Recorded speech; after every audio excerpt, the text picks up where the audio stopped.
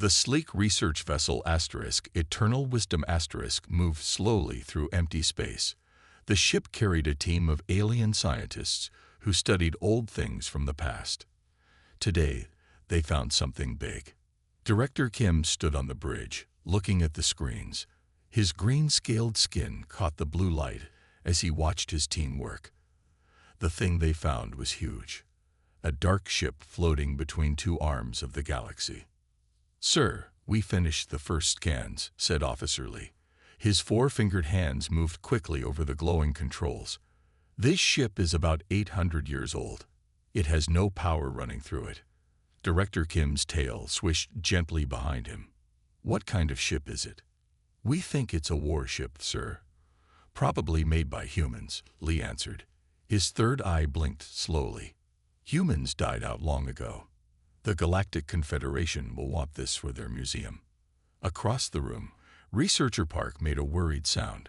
She was younger than the others, her purple scales still bright and shiny. All three of her eyes narrowed as she looked at her screen. "Director, something is strange about this ship," she said. Kim floated across the room to her station.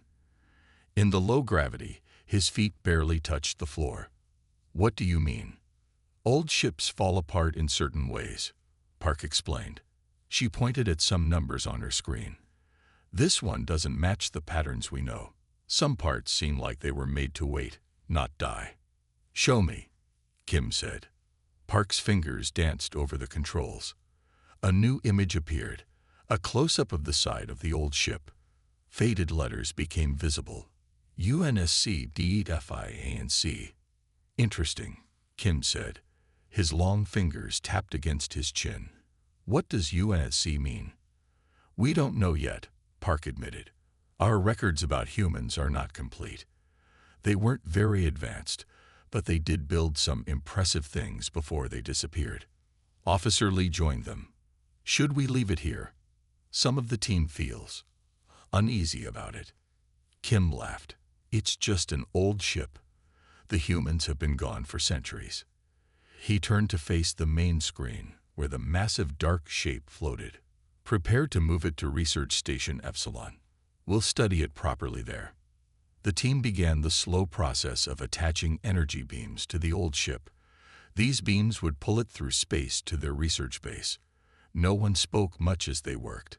Something about the silent ship made them all feel small. "Tractor beams engaged," Lee announced after some time. "The ship is secure." "Good work," Kim said. "Set course for Epsilon." As the Eternal Wisdom began to move, pulling the ancient vessel behind it, Park continued to study her readings. Something still bothered her about this find. "Director," she said quietly, "I've been thinking, what if the humans weren't as simple as we believe? This ship has unusual materials we don't fully understand." "All species have their mysteries, Park," Kim said kindly. "That's why we study them. When we get to Epsilon, you can lead the first research team on board."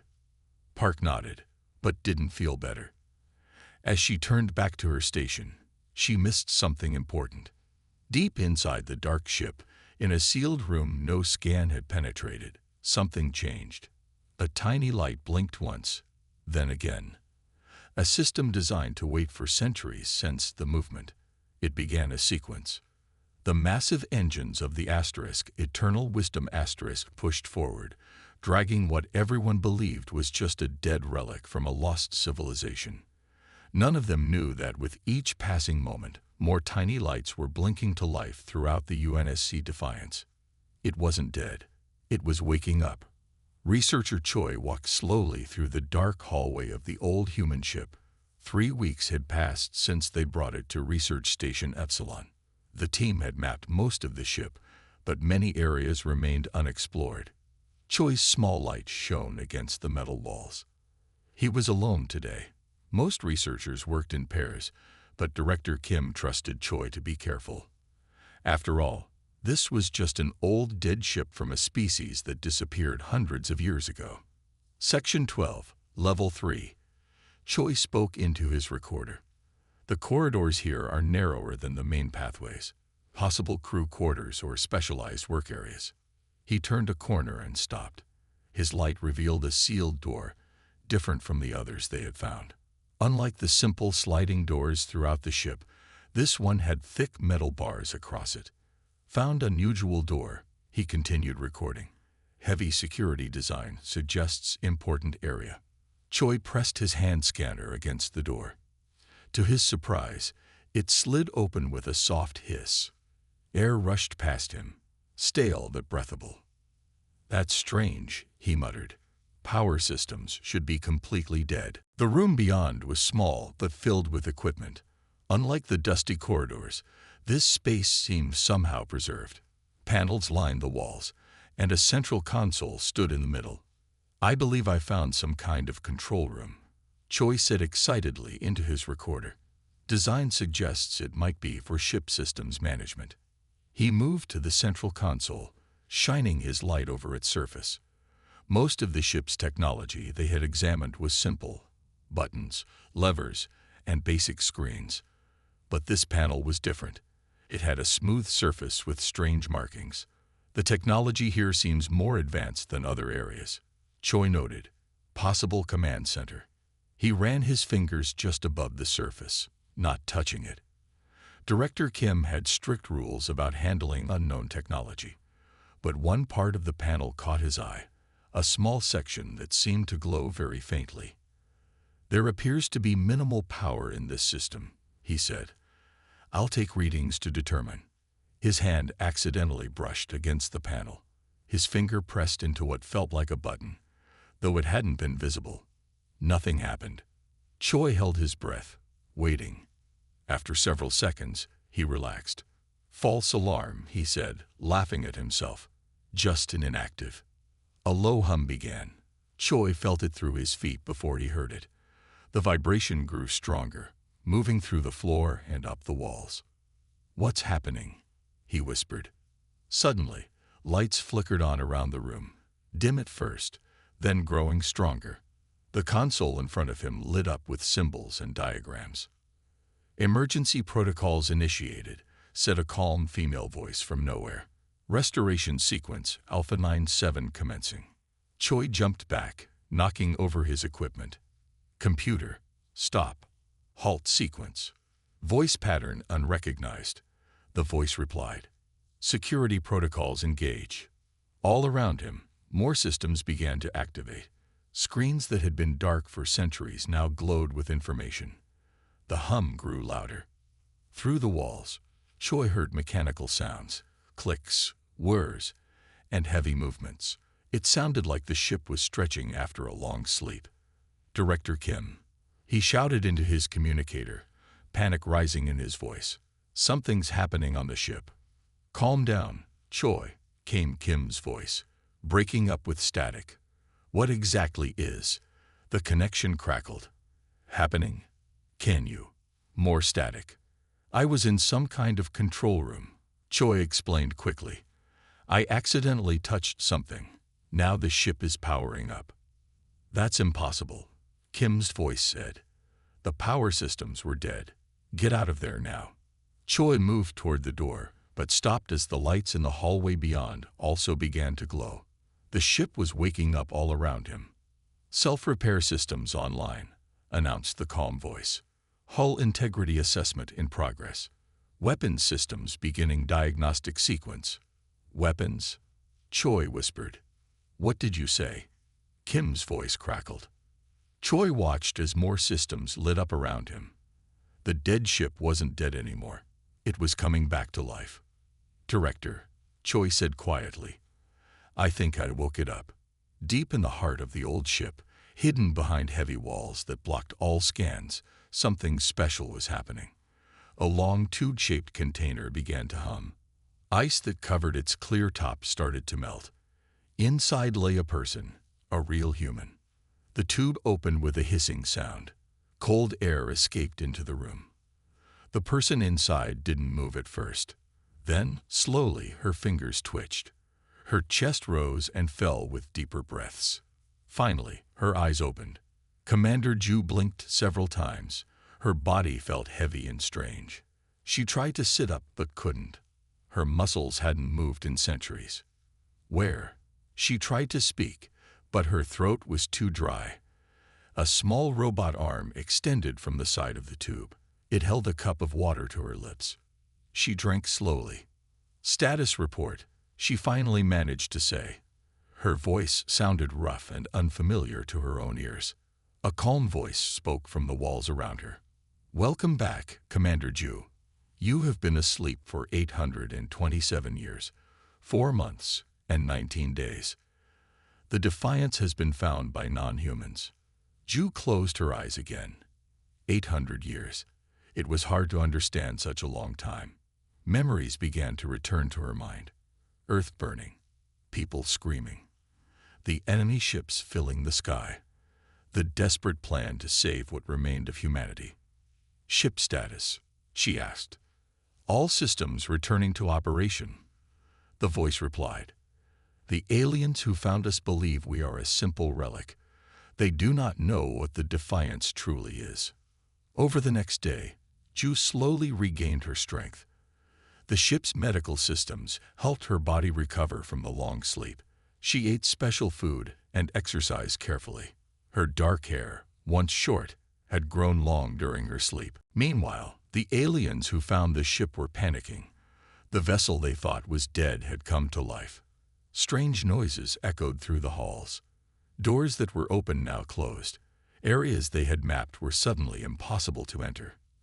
Director Kim called an emergency meeting. "We need to understand what's happening," he told his team.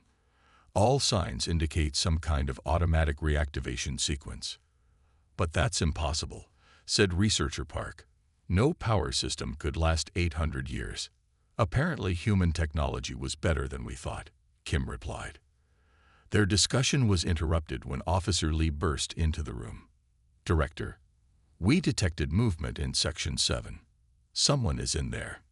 Kim's scales changed color with surprise. "Show me." The security feed showed a figure walking through the corridors of the ship. It walked on 2 legs and had no scales or extra eyes. It looked nothing like them. "Is that?"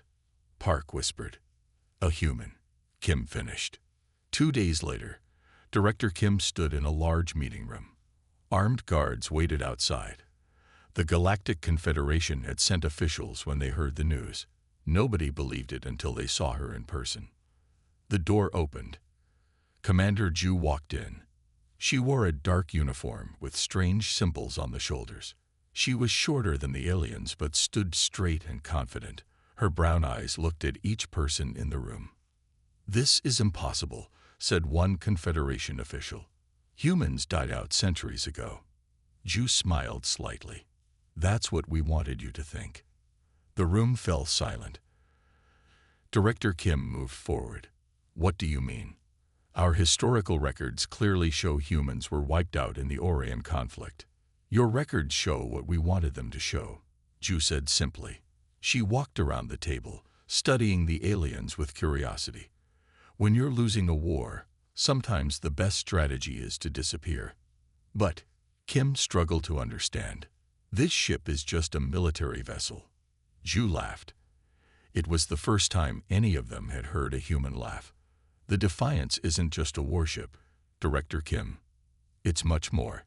It carries the seeds of humanity's return." She touched a control on her wrist. A hologram appeared above the table, showing storage chambers filled with thousands of small containers. DNA samples, embryos, cultural records. "Everything needed to rebuild our civilization," she explained. "The Defiance was designed for one purpose, to wait until the time was right, then bring humanity back from the edge of extinction." The aliens looked at each other in shock. Their understanding of history was changing before their eyes. "And now," Ju said quietly, "it's time for the Defiance to fulfill its purpose." The peaceful quiet of Research Station Epsilon was suddenly broken. Emergency lights flashed red across every corridor. Alarms sounded throughout the station. On the command deck, Director Song rushed to the main control panel. His long fingers moved quickly across the screens. "Report," he shouted. Officer Han looked up from her station, all 3 of her eyes wide with fear. 3 ships just appeared near the station. They came out of nowhere. The main screen showed the space around the station. A large black ship hung in the darkness. Behind it were 2 smaller ships with sharp, pointed shades. All 3 had strange red markings on their hulls. "What kind of ships are those?" asked Director Song. "They don't match any Confederation designs." "Unknown, sir," Han replied. "But they're heavily armed. Our sensors detect multiple weapon systems active and targeting our station." The door to the command deck slid open. Director Kim hurried in, with Commander Ju following close behind. The human woman looked calm, but her eyes fixed immediately on the screen. "We're receiving a transmission from the large ship," Han announced. "Put it through," ordered Song. The screen changed. Everyone on the command deck took a step back. A face filled the screen, a face that looked like a nightmare. It had scales like Director Kim's people, but these were dark red and black. Its eyes were yellow with thin black lines in the middle. Sharp teeth showed when it spoke. "Attention, Galactic Confederation facility," the creature said in a deep, harsh voice. "Our sensors have detected a human energy signature. Surrender the vessel immediately or face extinction." The command deck fell silent.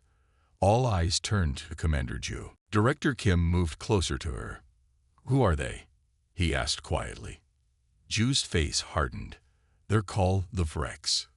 They're the reason humanity disappeared." Her hands formed tight fists at her sides. "They believe they killed us all. We let them think that while we hid and planned."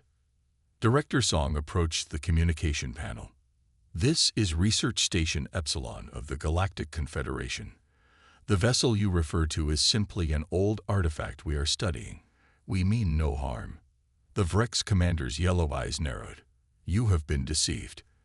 That artifact is a weapon designed to destroy us. Surrender it immediately, or we will destroy your station." Fear spread across the command deck. Officers looked at each other with worry. "Is this true?" Director Kim asked Ju. "Is your ship a weapon?" Commander Ju walked slowly to the communication panel. She stood straight and tall, though she was shorter than everyone else in the room. "The Defiance was built for one purpose," she said, her voice strong and clear. "To ensure humanity's survival against those who try to wipe us out." She turned to Director Song. "You should evacuate all non-essential personnel from the station. Things are about to get complicated." "What are you going to do?" Song asked. Instead of answering, Ju pressed a small device on her wrist. "Defiance, this is Commander Ju. Activation code Theta-69. Combat systems online." Through the windows of the command deck, they could see the old human ship. Suddenly, lights began to shine along its hull. Sections that had seemed damaged now shifted and changed. Parts of the ship that looked broken fell away, revealing smooth, polished surfaces beneath. "What's happening?" gasped Director Kim. "The Defiance is showing its true face," Ju said. "What you found wasn't a broken ship. It was a ship in disguise." On the screen, the Vrex commander's eyes widened. "Impossible. All human dreadnoughts were destroyed." "Not all of them," Ju replied with a small smile. "You missed one, and that was your mistake." The Vrex ship fired first. A bright beam of energy shot toward the station. Everyone on the command deck ducked instinctively. But the beam never hit. The Defiance moved with surprising speed, placing itself between the station and the attack. The energy blast hit the human ship and seemed to disappear into its hull. "How?" Director Song whispered. "The Defiance was built to fight the Vrex," Ju explained. "And now, after 800 years of waiting, it finally gets to finish what it started." The Defiance pulled away from the research station. The metal arms that held it in place broke off like twigs. What everyone thought was an old, broken ship now looked new and powerful. The dirty, damaged parts fell away.